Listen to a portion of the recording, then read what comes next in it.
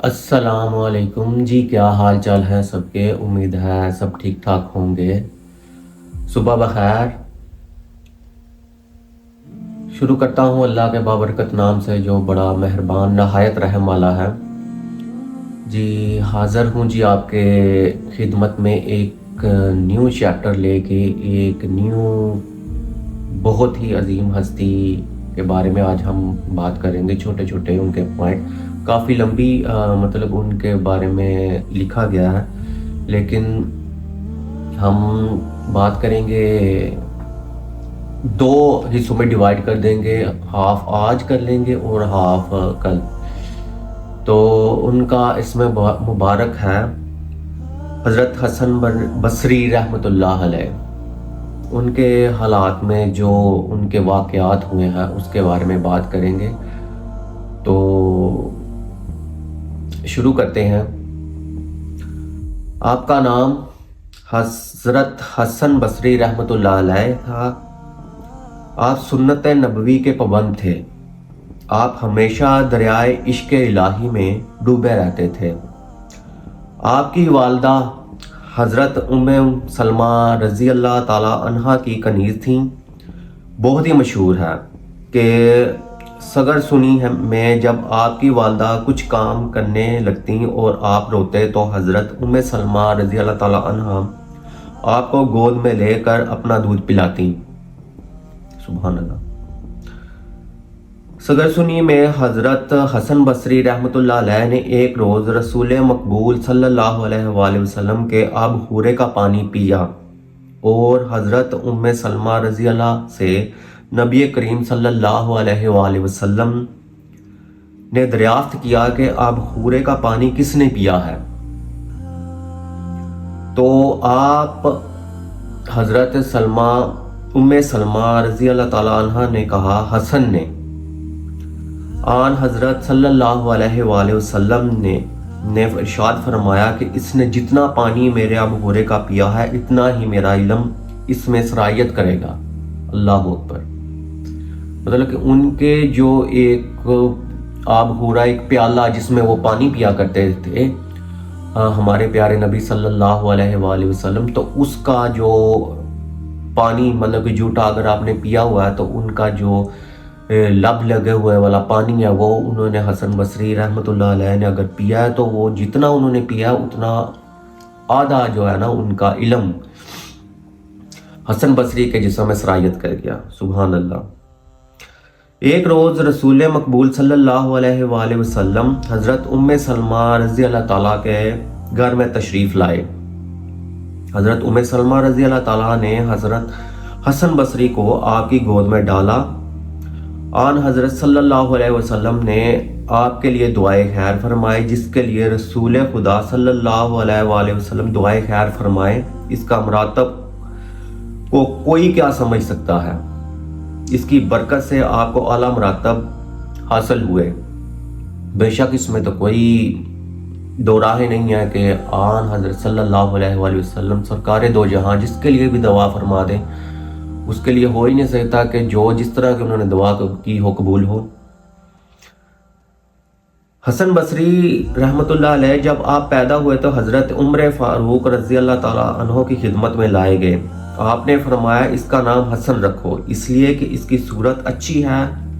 حضرت ام سلمہ رضی اللہ تعالیٰ عنہ نے آپ کی پرورش کی، چونکہ حضرت ام سلمہ کو حسن بصری کے ساتھ دلی محبت تھی، اس وجہ سے اللہ نے ان کے دودھ اتار دیا۔ ام سلمہ رضی اللہ تعالیٰ عنہ آپ کے واسطے دعا فرمایا کرتی تھیں کہ اے اللہ اس کے پیشوائے خلق کر، اور ویسا ہی ظہور میں آیا۔ آپ کو 120 صحابہ سے شرف ملاقات حاصل ہے۔ 120 صحابہ سے ملاقات آپ نے کی ہوئی ہے حسن بصری رحمۃ اللہ علیہ نے۔ ان میں 70 شہدائے بدر تھے اور آپ کو حسن بصری ابن علی رضی اللہ عنہ سے بیعت تھی اور انہیں سے علم حاصل کیا ہے آپ نے۔ حسن بصری جو ہے نا انہوں نے حسن ابن علی رضی اللہ عنہ سے بیعت تھی اور انہی سے انہوں نے علم حاصل کیا۔ آپ ہر ہفتے میں ایک بار وعظ فرماتے تھے۔ لوگوں نے پوچھا کہ آپ کے وعظ میں بہت مجمع ہوتا ہے، کیا آپ اس سے خوش ہوتے ہیں؟ آپ نے فرمایا، میں اس وقت خوش ہوتا ہوں جب کوئی شخص سوختہ عشق الہی آ جاتا ہے۔ آپ سے پوچھا کہ مسلمانی کیا ہے اور مسلمان کون ہے؟ مسلمان مسلمانی کتاب میں اور مسلمان قبر میں ہے، آپ نے فرمایا۔ بنیادی دین کی آپ سے دریافت کی گئی، فرمایا تقویٰ اور پرہیزگاری دین کی بنا ہے۔ پوچھا کون سی چیز تقویٰ اور پرہیزگاری کو کھو دیتی ہے؟ فرمایا طمع اور لالچ۔ پوچھا کہ عدن کے باغات کیسے ہیں اور کون ان میں سے داخل ہوگا؟ فرمایا سونے کے باغ ہیں اور سوائے رسول مقبول صلی اللہ علیہ وآلہ وسلم اور صدیق اور شہداء اور سلطان عادل کو کوئی اس کو نہ پائے گا۔ پوچھا کہ بیمار طبیب دوسرے کا علاج کر سکتا ہے؟ فرمایا نہیں، پہلے اپنا علاج کرے پھر دوسرے کا علاج کرے۔ آپ نے لوگوں سے فرمایا میرا کلام سنو تو تم کو فائدہ ہوگا۔ لوگوں نے کہا ہمارے دل سوئے ہوئے ہیں، ان کو آپ کا کلام اثر نہیں کرتا۔ فرمایا سوئے ہوئے نہیں ہیں بلکہ مردہ ہیں، کیونکہ سویا ہوا پکارنے جانے سے جاگ پڑتا ہے لیکن مردہ نہیں جاگتا۔ لوگوں نے کہا کہ ایک قوم کی باتیں ہمارے دل کو ڈرا کر ٹکڑے ٹکڑے کر دیتی ہیں۔ فرمایا اچھا ہے کہ تم دنیا میں ڈرانے والوں کی صحبت اختیار کرو تاکہ قیامت میں رحمت للعالمین تمہارے قریب ہو۔ لوگوں نے کہا کہ ایک قوم آپ کے کلام کو اس لیے یاد رکھتی ہے کہ اس کا عیب نکالے۔ آپ نے فرمایا مجھ میں خود عیب ہے، مجھے جنت کی طمع ہے اور اللہ کی قربت کا طالب ہوں۔ مطلب وہ خود کو سوچ رہے ہیں کہ مجھ میں عیب ہے، مجھ میں جنت کی ایک چاہت ہے، اور مطلب ان کا کہنے کا مطلب یہ تھا کہ اپنی چاہت سب کچھ ختم کر دو، صرف اللہ کی رضا کے لیے اللہ کی عبادت کرو۔ جب جس کو اللہ مل جائے اس کو کس چیز کی ضرورت ہوتی ہے؟ آپ کے ایک مریض کی یہ حالت تھی کہ جب آیت قرآنی سنتا تو بہت روتا اور بے ہوش ہو جاتا۔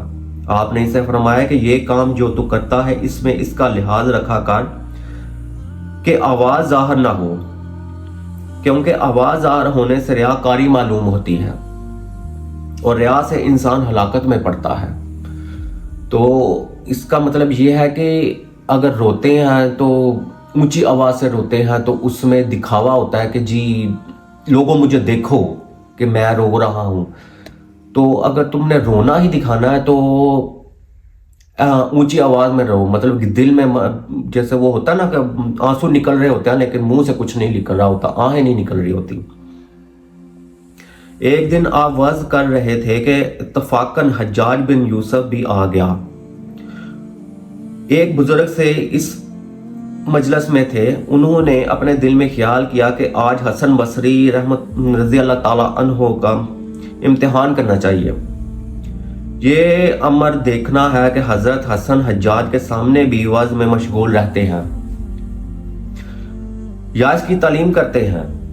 حضرت حسن بصری رضی اللہ تعالی عنہ نے حجاج کی طرف آنکھ اٹھا کر بھی نہ دیکھا اور اس طرح وعظ کرتے رہے، یعنی جیسے آپ کا نام حسن رضی اللہ تعالی عنہ ہے ویسے ہی آپ کے خصائل بھی اچھے ہیں، اس لیے احکام الہی بیان کرنے میں آپ کسی کی پاسداری نہیں کرتے۔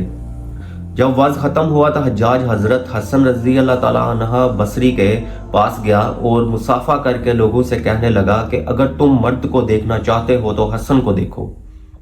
لوگوں نے مرنے کے بعد حجاج خواب میں دیکھا کہ میدان قیامت میں کسی کو تلاش کر رہا ہے۔ اسے دریافت کیا کہ کیا ڈھونڈتا ہے؟ اس نے کہا جمال الہی کو ڈھونڈتا ہوں جسے موحد ڈھونڈتے ہیں اور کہتے ہیں کہ نزق کے بعد حجاج کے زبان پر یہ کلمات جاری تھے، اے اللہ تو غفار ہے اور تو اسے زائد کوئی بزرگ نہیں ہے۔ اپنی غفاری کا اظہار اس کم حوصلہ مٹھی بھر خاک پر کروا اور مجھے اپنے فضل سے بخش دے تاکہ سب کو معلوم ہو جائے کہ فقال یحکم ما یرید تیری ہی شان ہے۔ جب حضرت حسن بصری رضی اللہ تعالیٰ عنہ سے لوگوں نے یہ قصہ بیان کیا، آپ نے فرمایا یہ بدکار آخرت کو بھی اپنی زبان سے رازداری سے حاصل کرنا چاہتا ہے۔ اللہ اکبر۔ ایک بار تمام رات آپ روتے رہے۔ لوگوں نے کہا کہ یا حضرت آپ عابد متقی ہیں، آپ کیوں زاری فرماتے ہیں؟ آپ نے کہا اس خوف سے روتا ہوں کہ مجھ سے کوئی ایسا قصور سرزد نہ ہو جس کے عوض میں اللہ تعالیٰ فرمائے کہ اے حسن، ہماری درگاہ میں تیرا کچھ رتبہ نہیں رہا اور اب ہم تیری کسی عبادت کو قبول نہ کریں گے۔ اللہ اکبر، اللہ اکبر۔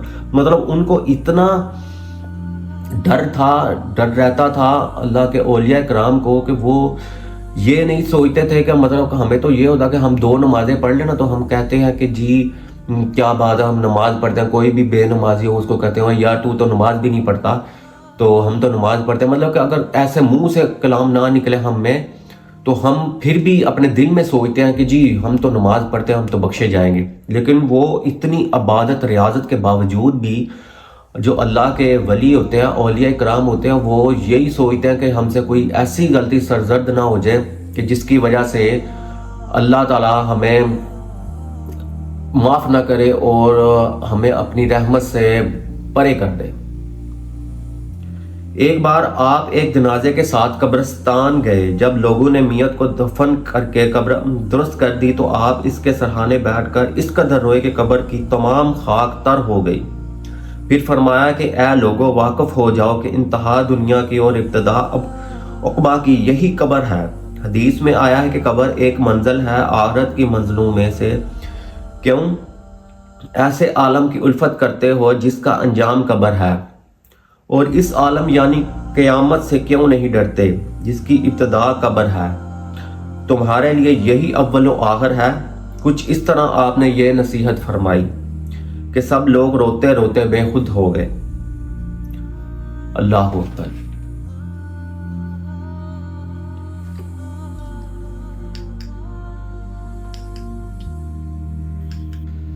جی تو اس سارے مطلب کہ جو حسن بصری رحمۃ اللہ علیہ جو ہیں ان کے جو ہم نے آج حالات زندگی پہ پڑھا ہے، وہ آج ہم نے کچھ پوائنٹ پڑھے ہیں، تو کچھ جو پوائنٹ ہے نا انشاءاللہ ہم کل پڑھیں گے، آپ کی خدمت میں پیش کروں گا۔ تو ساری جو کہانی ہے، سارا جو ایک ان کا واقعہ ہے، اس کا لب لباب یہ ہے کہ ہم لوگ جو ہیں وہ دنیا داری میں بڑے ہی پھنسے ہوئے ہیں۔